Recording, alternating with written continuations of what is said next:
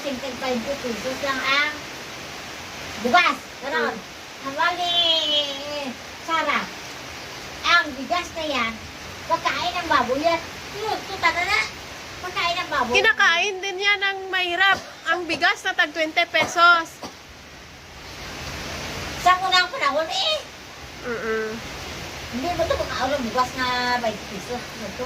Yung subong namin, sana na bugas ang init hindi, subong 20 pesos lang. Kaya naman ni Sarah, ang bigas na yan, pagkain na ng baboy yan. Ha? Ito. Pero kinakain din ng mahirap. Nay, no? Hindi, balik sa... Sige ba, makaon siya sa wall Kuan na iba ang lupa. Programa ni Marcos na ipamahagi ang lupa. Ang lupa, pinamahagi ni Marcos na ang mga beneficiary walang bayaran. At saka nagbigay ng titulo. May mga gintagaan sa titulo. Pwede kita ito mga ginapagtagaan sa titulo itong mga tao to. Ay, may mabuting gawa na